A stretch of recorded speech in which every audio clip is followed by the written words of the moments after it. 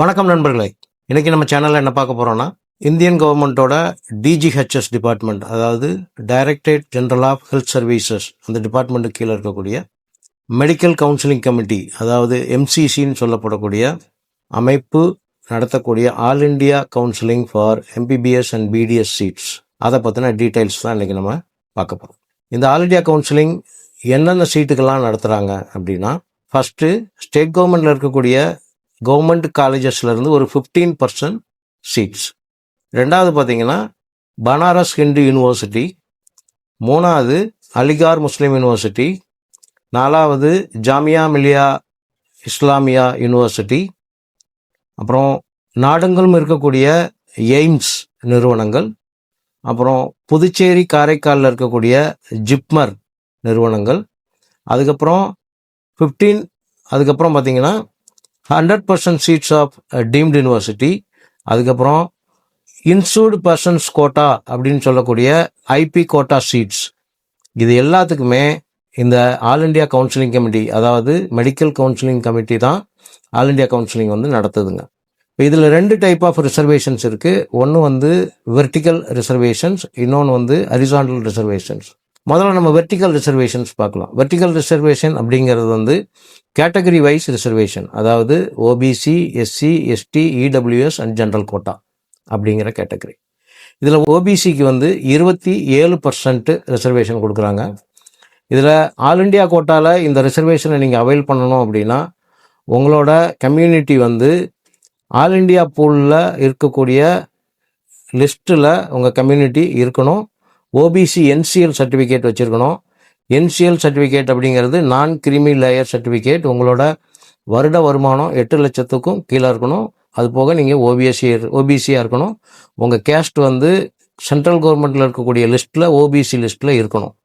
இருந்தால் மட்டும்தான் இந்த சர்டிஃபிகேட் உங்களுக்கு கிடைக்கும். இந்த சர்டிஃபிகேட்டை யூஸ் பண்ணி தான் நீங்கள் இந்த 27% கோட்டாவை அடைய முடியும். அதே இது ஸ்டேட் கோட்டா அப்படின்னு நம்ம எதை மீன் பண்ணுறோன்னா, இதில் இருக்கக்கூடிய Banaras Hindu university, Delhi university, Indraprastha university, Aligarh Muslim university, இந்த மாதிரி யூனிவர்சிட்டிஸில் எல்லாத்துலேயுமே ஸ்டேட் கோட்டா எல்லாமே யார் கவுன்சிலிங் நடத்துகிறாங்க அப்படின்னா, அதுவும் இந்த எம்சிசி தான் நடத்துகிறாங்க. அதுக்கு உங்கள் லிஸ்ட்டு ஓபிசி கேட்டகரியில் அந்த ஸ்டேட் லிஸ்ட்டில் இருக்கணும்.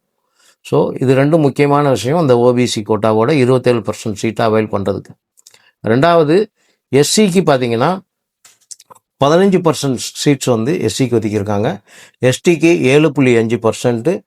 இடபிள்யூஎஸ் அப்படிங்கிறது எக்கனாமிக்கலி வீக்கர் செக்ஷன், அந்த கேட்டகரிக்கு 10%. ரிமைனிங் இருக்கக்கூடிய 42.5% ஜென்ரல் கேட்டகரிக்கு ஒதுக்கியிருக்காங்க. இதுதான் vertical reservation in all India quota counselling. சரிங்களா? ஹரிசாண்டல் ரிசர்வேஷன் அப்படிங்கிறது நம்ம ஒரு கேட்டகரியாக நம்ம பார்க்கலாம். ஃபஸ்ட்டு எடுத்தோன்னா எய்ம்ஸ், ரைட்டுங்களா? எய்ம்ஸ் இந்தியா ஃபுல்லாக கிட்டத்தட்ட ஒரு 20க்கும் மேற்பட்ட எய்ம்ஸ் நிறுவனங்கள் இருக்குது. வேறு ஸ்டேட்டில், உத்தரப்பிரதேசில் மட்டும் 2 எய்ம்ஸ் இருக்குது. மிச்ச எல்லா ஸ்டேட்லேயும் அங்கங்கே ஒரு எய்ம்ஸ் இருக்குது. இதோட டோட்டல் எண்ணிக்கை அப்படின்னு பார்த்தீங்கன்னா 20 எய்ம்ஸ் இருக்குங்க. அந்த 20 எய்ம்ஸில் அப்ராக்சிமேட்டாக 2257 சீட்ஸ் அவைலபிளாக இருக்குது. இதில் இருக்கக்கூடிய இந்த 2257 சீட்டும் 100% ஆல் இண்டியா கோட்டாக்கு தான் இருக்குது. ஆல் இண்டியா கோட்டா எம்சிசி தான் என்ன செய்யும், கவுன்சிலிங் நடத்தும். ரெண்டாவது ஜிப்மர் பார்த்தோம்னா, ஜிப்மர் அவைலபிளாக இருக்கிறது ஒரே ஸ்டேட்டில் தான். ஒன்று பாண்டிச்சேரி. பாண்டிச்சேரியில் 2 இடத்துல இருக்குது. ஒன்று பாண்டிச்சேரியில் இருக்குது, இன்னொன்று காரைக்காலில் இருக்குது. இதோட டோட்டல் சீட்ஸ் அப்படின்னு பார்த்தீங்கன்னா, ஜிப்மரில் மொத்தம் 187 சீட்டு. இந்த 187 சீட்டு எப்படி பிரியும் அப்படின்னா, 187 சீட்டில் 134 சீட்டு ஓப்பன் கோட்டா, அதாவது ஆல் இண்டியா கோட்டா, எந்த ஸ்டேட் ஸ்டூடெண்ட் வேணாலும் பார்ட்டிசிபேட் பண்ணலாம். 48 சீட்டு பாண்டிச்சேரியில் இருக்கக்கூடிய ஸ்டூடெண்ட்ஸ்க்காக, பாண்டிச்சேரியை டொமிசைலாக வச்சுருக்கக்கூடிய ஸ்டூடெண்ட்ஸ்க்காக இருக்கக்கூடிய சீட்டு. 5 சீட்டு என்ஆர்ஐ கோட்டாக்கு. அதே மாதிரி ஜிப்மர் காரைக்காலில் இருக்கக்கூடியது மொத்தம் 62 சீட்டு. இந்த 62 சீட்டில் 61 ஸ்டாண்டர்ட் சீட்டு, ஒரு என்ஆர்ஐ சீட்டு. இந்த 61 ஸ்டாண்டர்ட் சீட்டில் 45 சீட்டு ஓப்பன் கோட்டா, அதாவது ஆல் இண்டியா கோட்டா. 16 சீட்டு புதுச்சேரி ஸ்டூடெண்ட்ஸ்க்காக இருக்குது. இப்போ மொத்தம் ஜிப்மரில் இருக்கக்கூடிய டோட்டல் சீட் அப்படின்னு சொல்லி பார்த்தீங்கன்னா, பாண்டிச்சேரியில் ஒரு 187 ப்ளஸ் காரைக்காலில் ஒரு 62, மொத்தம் 249 சீட்டு ஜிப்மரில் இருக்குது. மூணாவது பனாரஸ் ஹிந்து யூனிவர்சிட்டி. இதில் மொத்தமாக பார்த்தீங்கன்னா 100 எம்பிபிஎஸ் சீட்ஸ் இருக்குது, 63 பிடிஎஸ் சீட்ஸ் இருக்குது. இதில் மொத்தமாக இருக்கக்கூடிய அவ்வளோ எம்பிபிஎஸ் அண்ட் பிடிஎஸ் சீட்ஸுமே ஆல் இண்டியா கோட்டா கவுன்சிலிங்லாம் போகும். அதில் இன்டர்னல் கோட்டா கிடையாது, அதாவது ஸ்டேட் கோட்டா கிடையாது. அதே மாதிரி ஜமியா மிலியா இஸ்லாமியா யூனிவர்சிட்டியில் வந்து எம்பிபிஎஸ் சீட் எதுவுமே கிடையாது. அங்கே 50 பிடிஎஸ் சீட் மட்டும்தான் இருக்குது. அதில் 5% சீட் மட்டும் இந்த இன்டர்னல் கோட்டா அப்படிங்கிற கேட்டகரிக்கு போகும். இன்டர்னல் கோட்டா என்ன அப்படிங்கிறது நான் கடைசியில் சொல்கிறேன். அதே மாதிரி அலிகார் முஸ்லீம் யூனிவர்சிட்டியில் 2 மெடிக்கல் காலேஜ் அதோட அஃபிலியேட் ஆகிருக்கு. ஒன்று வந்து ஜவஹர்லால் நேரு மெடிக்கல் காலேஜ், அதில் 150 எம்பிபிஎஸ் சீட்ஸ் இருக்குது. இன்னொன்று வந்து டாக்டர் ஜியானுதீன் அகமது டென்டல் காலேஜ் அப்படின்னு ஒன்று இருக்குது. அதில் 50 பிடிஎஸ் சீட்ஸ் இருக்குது. இந்த டோட்டலாக இருக்கக்கூடிய 150 + 50 சீட்ஸில் 50% seats of MBBS and BDS seats வந்து இன்ஸ்டிடியூஷனல் கோட்டாக்கு போயிடும். அதாவது இன்டர்னல் கோட்டா அல்லது இன்ஸ்டிடியூஷனல் கோட்டான்னு சொல்லுவாங்க, அந்த கேட்டகரிக்கு போயிடும். 50% சீட் வந்து ஆல் இண்டியா கோட்டாக்கு போகும். 5 சீட்டு மட்டும் என்ஆர்ஐ கேட்டகரிக்கு போகும். அதுக்கப்புறம் நம்ம இருக்கக்கூடிய இந்த state quota seats, Delhi university, Indraprastha யூனிவர்சிட்டியில் இருக்கக்கூடிய ஸ்டேட் கோட்டா சீட்டுக்கும் யார் தான் கவுன்சிலிங் நடத்துகிறாங்கன்னா இந்த மெடிக்கல் கவுன்சிலிங் கமிட்டி தான். இந்த 85% சீட், ஏன்னா ஆல்ரெடி இந்த டோட்டலாக இருக்கக்கூடிய 100% சீட்டில் இந்த 2 யூனிவர்சிட்டியில் இருந்தும் 15% சீட் ஆல் இண்டியா கோட்டாக்கு போயிடும். மிச்சம் இருக்கக்கூடிய இந்த 85% சீட்டு ஹரிசாண்டல் எப்படி பிரிக்கிறாங்க அப்படின்னா, இந்த 15% ஆல் இண்டியா கோட்டா போக இந்த மிச்சம் இருக்கக்கூடிய 85% சீட்டும் இன்ஸ்டிடியூஷனல் கோட்டாவாக மாறிடும். ரைட்டுங்களா? இதில் மொத்தம் டெல்லி யூனிவர்சிட்டியில் 4 மெடிக்கல் காலேஜ் அப்ளேட் ஆகிருக்கு. ஒன்று வந்து மௌலானா ஆசாத் மெடிக்கல் காலேஜ், அதில் ஒரு 250 சீட் இருக்குது. லேடி ஹார்டின்ஸ் மெடிக்கல் காலேஜ், அதில் 240 சீட் இருக்குது. யூனிவர்சிட்டி காலேஜ் ஆஃப் மெடிக்கல் சயின்ஸில் 170 சீட் இருக்குது.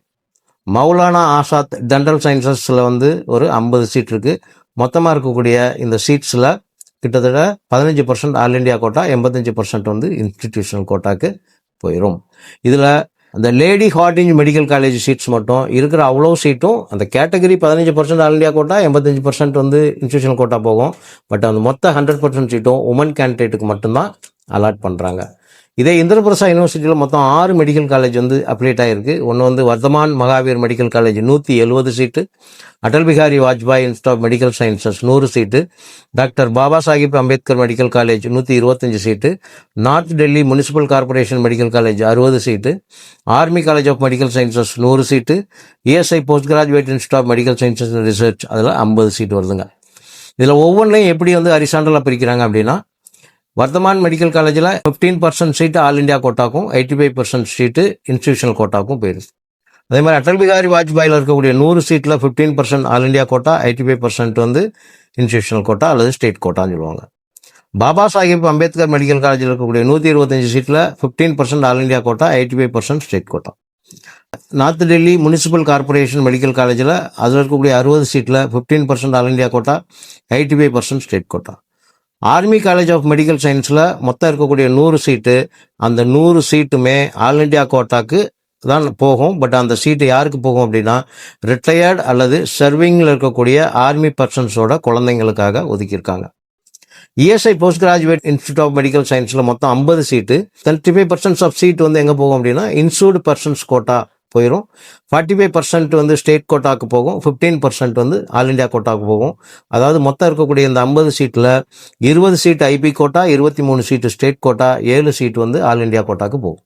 இன்சூர்டு பர்சன்ஸ் கோட்டா சீட்ஸ், அதாவது நாடு முழுவதும் இருக்கக்கூடிய இஎஸ்ஐ மெடிக்கல் காலேஜஸில் இருக்கக்கூடிய மொத்த சீட்டில் 15% சீட் வந்து ஆல் இண்டியா கோட்டாக்கு போகும். 35 to 50% அந்தந்த ஸ்டேட் கோட்டாக்கு போயிடும். ரிமைனிங் இருக்கக்கூடிய சீட்ஸ் வந்து ஐபி கோட்டாக்கு போயிடும். இதில் நாடு முழுவதும் இருக்கக்கூடிய 20 இஎஸ்ஐ மெடிக்கல் காலேஜஸில் சுமாராக 1830 மெடிக்கல் சீட்ஸ் வந்து இருக்குது. டீம்டு யூனிவர்சிட்டின்னு சொல்லி பார்த்துக்கிட்டிங்கன்னா, நாடு முழுவதும் மொத்தம் 59 NMC approved deemed university, deemed medical colleges இருக்குது. இதில் அப்ராக்சிமேட்டாக 12,600 எம்பிபிஎஸ் சீட்ஸ் இருக்குது. 34 டீம்டு டென்டல் காலேஜஸ் இருக்குது. இதில் அப்ராக்சிமேட்டாக 3,290 பிடிஎஸ் சீட்ஸ் இருக்குது. மொத்தமாக இருக்கக்கூடிய MBBS seats and BDS seats எல்லாமே ஆல் இண்டியா கோட்டாக்கு போயிடும். இப்போ இந்த இன்ஸ்டிடியூஷனல் கோட்டா அப்படின்னா என்ன, அல்லது ஸ்டேட் கோட்டா அப்படின்னா, இதில் வந்து ஸ்டேட் கோட்டா, இன்ஸ்டிடியூஷனல் கோட்டான்னு சொல்லி இருக்குது. அது வந்து ஒன்று ஸ்டேட் கோட்டான்னு சொல்லுவாங்க, இல்லைனா வந்து இன்டர்னல் கோட்டா அப்படின்னு சொல்லுவாங்க. இந்த ஸ்டேட் கோட்டா, இன்டர்னல் கோட்டா எந்த யூனிவர்சிட்டிஸ்க்கு அப்ளை ஆகுதுன்னா, டெல்லி யூனிவர்சிட்டிக்கும் உத்தரப்பிரதேச யூனிவர்சிட்டிக்கும் தான் அது அப்ளை ஆகுது. இந்த இது வந்து இந்த 2 யூனிவர்சிட்டியுமே டெல்லியில் இருக்குது. அதனால் இந்த இதில் இருக்கக்கூடிய 85% ஆஃப் சீட்ஸு யாருக்கு போகும் அப்படின்னா, டெல்லி டொமிசைலில் 11th 12th படிச்சிருக்கக்கூடிய ஸ்டூடெண்ட் மட்டும்தான் இந்த கேட்டகரிக்கு அப்ளையே பண்ண முடியும். ஸோ இதில் நான் சொல்லியிருக்க எல்லா கேட்டகரி ஆஃப் சீட்ஸுக்கும் அப்ளிகேஷன் வந்து எங்கே போடணுன்னா எம்சிசியில் தான் போடணும். பட் கண்டிஷன் என்னென்னா, இந்த யூனிவர்சிட்டியில் இருக்கக்கூடிய காலேஜஸை நீங்கள் சாய்ஸ் வைக்கணும் அப்படின்னா நீங்கள் எங்கே படிச்சிருக்கணும் அப்படின்னா டெல்லி டொமிசைலில் நீங்கள் படிச்சிருக்கணும் 11th 12th. ரைட்டுங்களா? அதே மாதிரி அலிகார் முஸ்லீம் யூனிவர்சிட்டியில் இருக்கக்கூடிய 150 எம்பிபிஎஸ் சீட்டு, 50 பிடிஎஸ் சீட்ஸ், இதில் நீங்கள் பார்ட்டிசிபேட் பண்ணணும். அதில் இருக்கக்கூடிய அந்த இன்ஸ்டிடியூஷனல் கோட்டாவில் நீங்கள் பார்ட்டிசிபேட் பண்ணணும் அப்படின்னா நீங்கள் என்ன செஞ்சுருக்கணும்னா அட்லீஸ்ட் கண்டினியூஸாக ஒரு 3 வருஷம் இந்த ஏஎம் யூனிவர்சிட்டி அப்ளியேட்டட் ஸ்கூல்ஸில் நீங்கள் படிச்சிருக்கணும். படிச்சிருந்தா மட்டும்தான் அந்த 85% சீட்ஸ் இன்ஸ்டிடியூஷனல் கோட்டாவில் நீங்கள் பார்ட்டிசிபேட் பண்ண முடியும். இதில் 3வது ஒரு கேட்டகரி இருக்குது, என்னென்னா இன்சூர்டு பர்சன்ஸ் கோட்டா அப்படின்னு சொல்லுவாங்க. அந்த இன்சூர்டு பர்சன்ஸ் கோட்டா அப்படிங்கிறது என்னென்னா இஎஸ்ஐ வச்சிருக்கக்கூடிய கவர்மெண்ட் அல்லது பிரைவேட்டில் வேலை பார்க்கக்கூடிய பெற்றோர்களின் குழந்தைகளுக்காக ஒதுக்கப்பட்ட கேட்டகரி சீட்டு. இதை பற்றி நம்ம டீட்டெயிலாக நம்ம இன்னொரு வீடியோவில் பார்க்கலாம். இந்த வீடியோ உங்களுக்கு தேவைப்படாமல் இருக்கலாம், ஆனால் 12th முடித்த ஸ்டூடெண்ட்ஸுக்கு வந்து இது ரொம்ப யூஸ்ஃபுல்லான ஒரு வீடியோ. ஸோ அதனால் உங்களுக்கு தெரிஞ்ச +2 ஸ்டூடெண்ட்ஸுக்கு இந்த வீடியோவை கொஞ்சம் ஷேர் பண்ணி விடுங்க.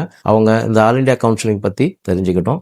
வேறு ஏதாவது மெடிக்கல் சம்பந்தமான டீட்டெயில்ஸ் பற்றி தெரிஞ்சுக்கணும்னு ஆசைப்பட்டீங்கன்னா நீங்கள் வீடியோக்கு கீழே கமெண்ட் பண்ணுங்கள், நம்ம அதை பற்றியும் பேசலாம். வீடியோ பிடிச்சிருந்துச்சுன்னா லைக் பண்ணுங்கள், ஷேர் பண்ணுங்கள், சப்ஸ்கிரைப் பண்ணுங்கள். நன்றி, வணக்கம்.